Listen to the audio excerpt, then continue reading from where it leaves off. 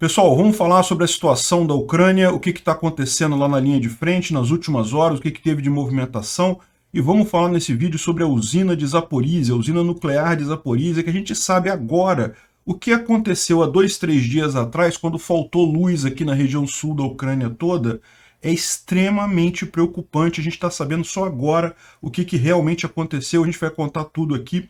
Esse vídeo é o vídeo do dia 27 de agosto de 2022, a gente faz vídeos aqui todos os dias sobre essa invasão absurda da Ucrânia pela Rússia, desde o dia 24 de fevereiro, não se perca aí na data. Essas notícias foram sugeridas por Cabelo do Peter, Chato Eu Sou e várias outras pessoas. Obrigado aí ao pessoal que sugeriu a notícia, obrigado a você que está assistindo o nosso vídeo. Se você gosta do nosso conteúdo, por favor, não esqueça de se inscrever no canal para ajudar a gente, de deixar um like no vídeo. E se quiser pagar um cafezinho, tem um botãozinho de thanks aí, ou muito grato, alguma coisa assim, que você pode doar um cafezinho para mim, né? Pois bem, vamos começar dando uma revisada no que aconteceu na linha de frente, que não é muita coisa, não teve nenhuma mudança significativa, mas a gente tem a informação que continua a haver um aumento grande de sistemas de electronic warfare nessa fronteira da Bielorrússia com a Ucrânia aqui no norte. Lembra, alguns dias atrás a gente mostrou aqui o aviso que tinha um monte de sinais aqui de electronic warfare, né, de guerra eletrônica nessa região, mas não resultou em nada. Eu acho muito pouco provável que seja um ataque da Bielorrússia ou de Belarus no território ucraniano, não acredito que tenha essa possibilidade, mas o fato é que existe um grande número desse tipo de torre de guerra eletrônica aqui, né? Qual o objetivo disso? Eu só posso imaginar que seja identificar eventualmente a passagem de munição e armas entrando na Ucrânia a partir da Polônia. Existem algumas ferrovias e algumas rodovias importantes que passam perto aqui da fronteira, eu imagino que seja isso, né? Enfim, teve também aqui um bombardeio na região de Sumi, mas isso daqui é aquela velha história. O pessoal de vez em quando solta um morteiro, um obus perto da fronteira para manter as tropas ucranianas presas aqui no norte, né? Em Kharkiv, infelizmente, a gente teve um bombardeio muito forte no centro da cidade. Olha só que coisa, isso aqui foi nessa madrugada aqui, ó, na noite, madrugada, né, do dia 27 de agosto, madrugada de hoje. Repara como é que abriu uma enorme cratera. Isso aqui na rua, no centro de Kharkiv, não tem nada militar aqui por perto, não tem nada que seja significativo. Acabou destruindo muitas lojas e prédios próximos, mas não tinha absolutamente nada aqui, né? Então mais um ataque civil, mais um ataque a civis pelos russos, mais uma covardia sem sentido nenhum, sem nenhum objetivo militar, mas foi esse bombardeio aqui em Kharkiv hoje, né? Houve também uma tentativa nessa manhã, né? Você sabe, essa hora, eu estou gravando aqui mais ou menos hoje por volta das 8 horas da manhã aqui no Brasil, o que dá 2 horas da tarde lá na Ucrânia. Então hoje pela manhã a gente teve informação de uma tentativa russa de tomar esse vilarejo aqui de Dementkivka, mas não conseguiram, tá? Tentaram, mas não conseguiram. Só uma tentativa deles aqui, sem nenhuma significância. Izium continua tudo do mesmo jeito. Houve também, dessa vez, tentativa de avanço russo em vários locais aqui próximo a Bakhmut,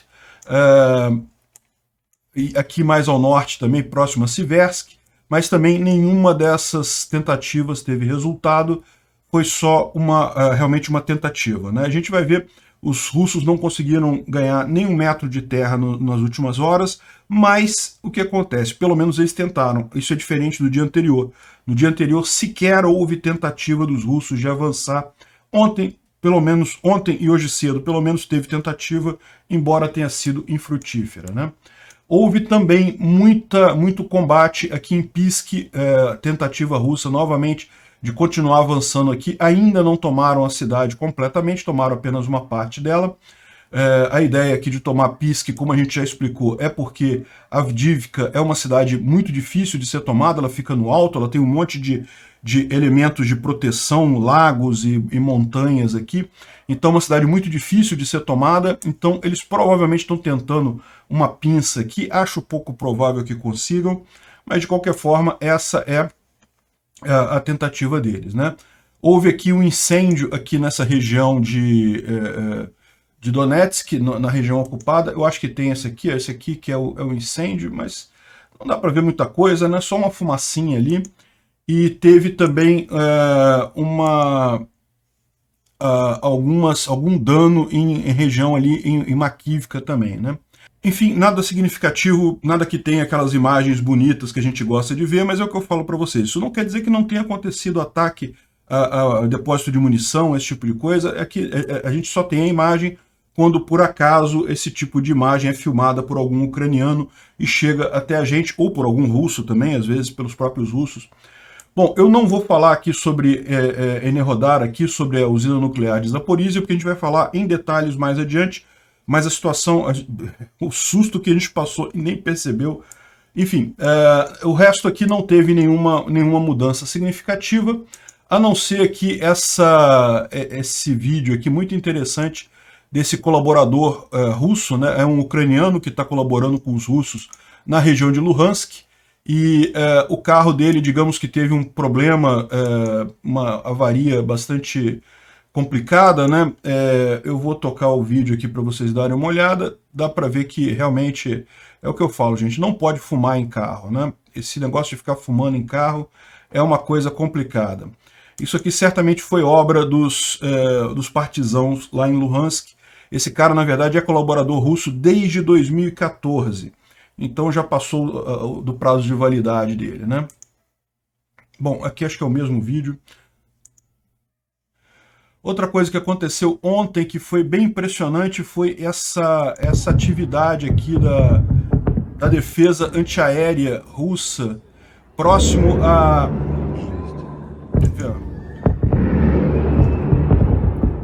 Evpatória, lá na Crimeia.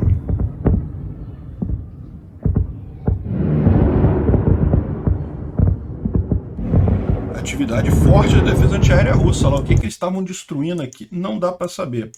Evaptória é essa cidadezinha aqui, que é próximo da base de Saki, que foi atingida há umas coisas de 2 semanas atrás. Então a gente sabe que tem muita defesa antiaérea aqui justamente para proteger essas bases aéreas, que tem mais de uma, né? Tem essa aqui de Saki e tem outra aqui de Belbek. Então as defesas antiaéreas russas a gente sabe que tem aqui, e a ideia é justamente proteger toda essa região, né?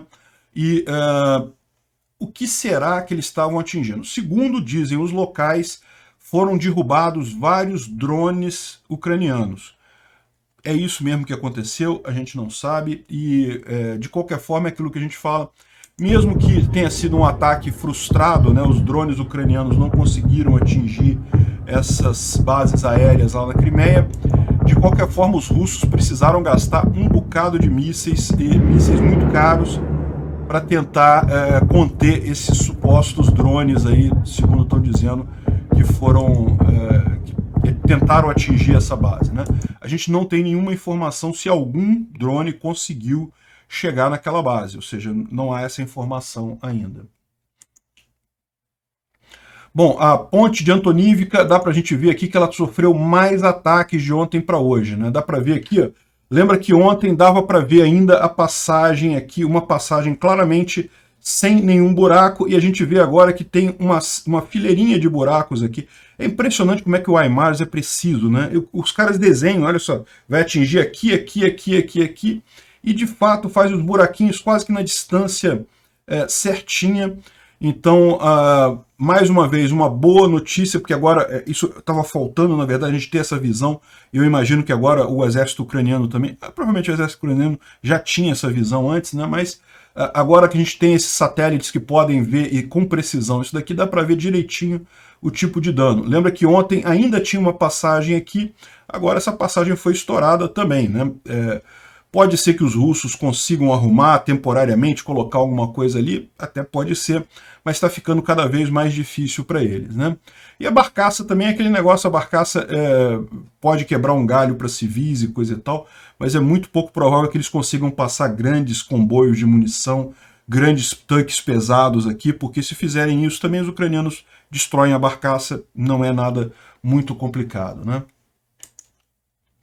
Bom, tem umas imagens aqui, mas eu tenho que mostrar com muito cuidado por causa do YouTube, porque tem restos humanos nas imagens, né? E mostram a destruição que aconteceu em Nova Kakhovka, aqui em próximo a Kherson, né? Aquela represa que a gente já falou, que tem uma pontezinha aqui do lado e tem uma outra ponte aqui onde fica a comporta. E os ucranianos têm atingido muito essa região, não apenas porque querem evitar a passagem de suprimentos aqui, mas também porque os russos usam essa região da represa como depósito, como posto de controle. Vocês sabem, é vetado por acordos militares, lá pela Convenção de Genebra, você atingir represas, né? Então, o que os russos fazem? Muito espertamente, fizeram um posto de comando exatamente na represa, de forma que é um lugar que os ucranianos não conseguem atingir com facilidade. Mas, felizmente, como os HIMARS são muito precisos, os ucranianos têm conseguido atingir esses elementos próximos aqui à represa, sem atingir a represa em si, né? Então teve mais uma festa aí nos outros dias e soltaram algumas imagens. Eu não vou clicar aqui porque realmente aparece... Acho que essa primeira dá para ver aqui. Essa primeira aqui não tem problema, dá para ver um monte de caminhão e resto de veículos militares, né, destruídos aqui. Então essa primeira a gente consegue ver, mas as outras têm resto humano, tem, enfim, realmente...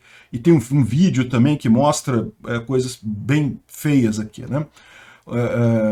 Então eu vou deixar o link desse post na descrição do vídeo, se você quiser olhar depois mas eu não vou mostrar aqui no vídeo não. É realmente alguma coisa bem feia aqui, que mostra que os ucranianos atingiram justamente enquanto os russos estavam passando com uma carga, com caminhões ali, daí atingiu pessoas, atingiu os caminhões de munição, né?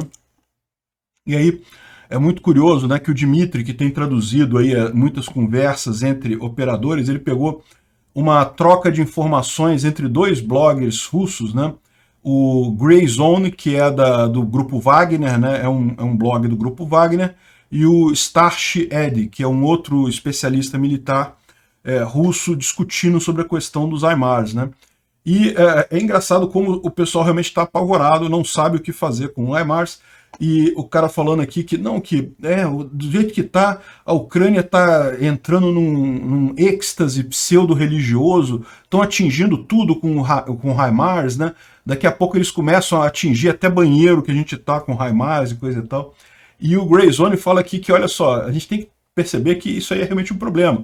Aí ele fala justamente aqui, ele manda os conteúdos lá de Nova Kakhovka, né, que é aquele que eu não mostrei para vocês por conta de restos humanos no vídeo, e mostrando quanto o HIMARS realmente consegue atingir de artilharia, de coisa, e isso está realmente criando um problema, né? Embora eles saibam que ninguém consegue ganhar guerra apenas com míssil, com foguete, em algum momento tem que entrar infantaria para se ganhar uma guerra, mas o fato é que, na visão dele, os HIMARS realmente têm feito diferença para os ucranianos aqui, né? Depois o outro ainda toca, não, parece que entendeu errado, eu não disse isso. De fato, eles fazem diferença, são terríveis e coisa e tal. Eu mesmo já estive num lugar que foi atingido por HIMARS e coisa e tal.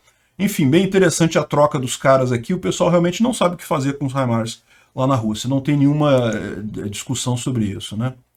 Esse meme aqui é um meme muito engraçado para quem é da minha época, né? Quem lembra do MacGyver, que resolvia as coisas todas, né? Então o pessoal está brincando aqui que isso foi uma declaração real do governo alemão, né?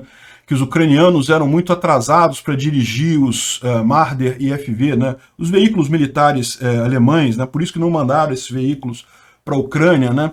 E o governo americano falou que, não, olha só, tem um monte de mísseis aqui, AGM-88D, HARM, né, para destruir radares, né? A gente já falou sobre eles, aqueles mísseis que buscam radiação, então eles conseguem destruir os radares com muita facilidade, mas eles só funcionam em aviões ocidentais, né? E os ucranianos, o pessoal deu um jeito, conseguiram de fato adaptar em MiGs, né? Tem gente dizendo que são os MiGs poloneses, que os MiG poloneses já tinham essa adaptação, pode ser isso também. O fato é que estão conseguindo usar esses HARM, e isso realmente tem também ajudado muito, por quê? Porque destroem os radares russos e com isso os bombardeios, os aviões ucranianos conseguem chegar mais próximo da linha de batalha, conseguem fazer diferença de fato principalmente ali na região de Kherson, né? Bom, isso daqui é uma imagem que eu estou colocando aqui na expectativa de alguém saber o que pode ser isso.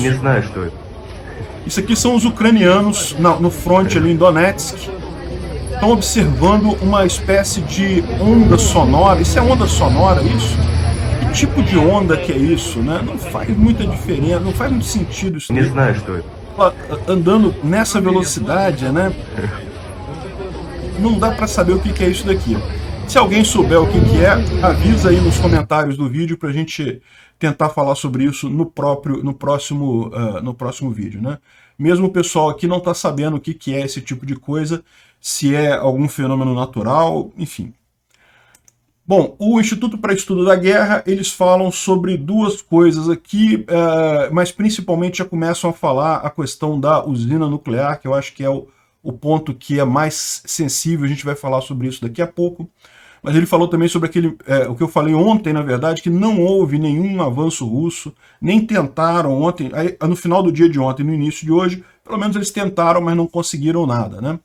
E parece que os russos pretendem fazer referendos nas áreas ocupadas agora em setembro, mas acham um pouco provável que isso tenha sucesso. A gente falou outro dia que houve uma explosão em Melitopol, justamente no prédio em que as pessoas estavam organizando o dito referendo, né? Eu espero que tenham encontrado uma saída bacana de lá, né? Uma análise interessante aqui do pessoal do US News, aqui escrita pelo Ben Hodges, justamente sobre a questão da falta de mão de obra, pessoal dos russos nessa guerra. Isso é que está fazendo a diferença no final das contas. Os russos, mesmo quando conseguem recrutar gente para lutar na guerra, são pessoas que não querem ir para a guerra, não estão com esse interesse todo. A pessoa que vai por dinheiro, ok, ela vai lutar, vai estar lá, mas ela vai fazer sempre o possível para se arriscar o mínimo possível. Se o objetivo dela é o dinheiro, né, ela vai se arriscar o mínimo possível. No outro lado, os ucranianos não, os ucranianos estão lutando pelo território deles, é um combate de interesses, né, ou de vontades. Isso aí é óbvio que os ucranianos têm isso de forma superior, tanto nas pessoas em geral, como nos militares, né? Bem interessante esse aspecto levantado aqui. E o pessoal está respondendo aqui com um longo comboio que passou, já tem alguns dias isso, está lá na Península da Crimeia, um grande comboio de equipamento russo indo lá para a Crimeia, né? Mas, de novo, isso não faz diferença, como a gente está dizendo aqui, o grande problema é pessoal, é gente. Ok, você pode colocar pessoas ali, recrutar força, pode ser que a Rússia venha a fazer isso, mas no final das contas sempre vai ser a pessoa com interesse menor em lutar do que o ucraniano no final das contas. Um novo tipo de arma está vindo aí para a Ucrânia, que são drones submarinos. É interessante, eu nunca ouvi falar disso, tinha interesse em conhecer mais. Vou ver se eu consigo dar uma estudada nisso para apresentar mais informações para vocês. Não tenho informação ainda sobre de que tipo de coisa seria isso, mas drone submarino me parece realmente uma ideia interessante. A notícia que saiu agora é justamente sobre o funcionamento. A gente já falou outro dia também, o funcionamento do corredor ali no Mar Negro, né? O trânsito de navios entrando e saindo de Odessa já está praticamente normalizado, já foi exportado mais de 1 milhão de toneladas de trigo lá da Ucrânia. Eles fizeram aqui um aviso, né? Ou seja, isso é uma comemoração interessante do pessoal aqui. E repara que, lógico, é muito importante essa questão dos grãos, né? Eu, sinceramente, achava que não ia funcionar esse corredor, mas sim, está funcionando, isso é uma coisa muito positiva. E aqui também eles já começam a falar sobre a Agência Internacional de Energia Atômica, que vai mandar uma missão a Zaporizhia muito em breve, né? E, bom, aqui que a gente vai chegar no ponto central aqui do vídeo, que é essa questão, o que houve nessa usina nuclear aqui há poucos dias atrás. Vocês lembram que a gente mostrou aqui alguns dias atrás que ficou sem luz toda essa região sul aqui da Ucrânia, inclusive a usina nuclear. E o que aconteceu? Os russos bombardearam uma usina termoelétrica próxima que eles têm, aqui próximo de Vasilivka, e com isso, essa usina nuclear, essa usina térmica, ela fornece energia elétrica, inclusive para Zaporizhia. Vocês sabem, usinas nucleares, elas requerem energia elétrica para funcionar. Por quê? Porque em caso de você desligar o reator, de você derrubar o reator, o core dele, o material atômico, precisa continuar sendo resfriado. Então, por segurança, por questão de segurança, o que aconteceu? Os russos derrubaram essa usina termoelétrica, Enerhodar ficou sem energia e, com isso, o próprio sistema começou a desligar os reatores por segurança, né? Porque estava sem energia elétrica. Daí, lógico, a própria usina ela gera energia, então não teria necessidade, mas é arriscado, porque se precisar, se houver qualquer problema ali, você não tem mais nenhuma forma de resfriar o núcleo, né? Então a usina começa um desligamento forçado e entrada dos motores a diesel, lá, dos geradores a diesel, para manter a refrigeração dos núcleos aqui. Então, o que aconteceu, de fato, foi quase um acidente nuclear.